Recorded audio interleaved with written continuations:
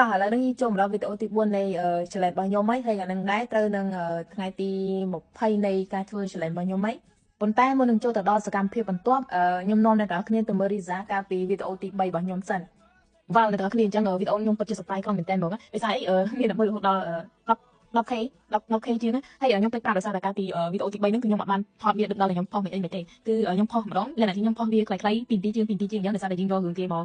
ផុសអញ្ចឹងគឺវាជាប់ copyright អញ្ចឹងយើងអត់អាចផុសវិញបានទេអញ្ចឹងគឺខ្ញុំផុសនេះថ្ងៃដែលខ្ញុំផុសហ្នឹង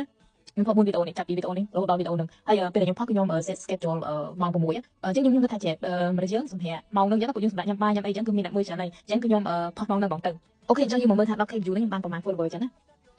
អូសួស្ដី10k view បានតែ100k view តែទេកុំតណាបាក់ចិត្តយើងប្រឹងធ្វើទៀតមានអ្នកមើលប៉ុណ្ណឹងយើងមានមោទនភាពវិញឲ្យតែអ្នកមើលពួកគាត់សប្បាយចិត្តគឺយើងអ្នកធ្វើនេះក៏យើងសប្បាយចិត្តតាមនឹងដែរអញ្ចឹងណាអូខេអញ្ចឹងឥឡូវយើងតទៅសកម្មភាពបន្តយើងទៀតគឺខ្ញុំត្រូវបញ្ចប់រឿងមកភាគហ្នឹងអញ្ចឹងមកភាគហ្នឹងប្រហែលជា4ថ្ងៃអីបាទខ្ញុំធ្វើចប់អញ្ចឹងណាវីដេអូហ្នឹងខ្ញុំមិនដឹងថាត្រូវ voice ពីណាទៅណាមុនទេដោយសារ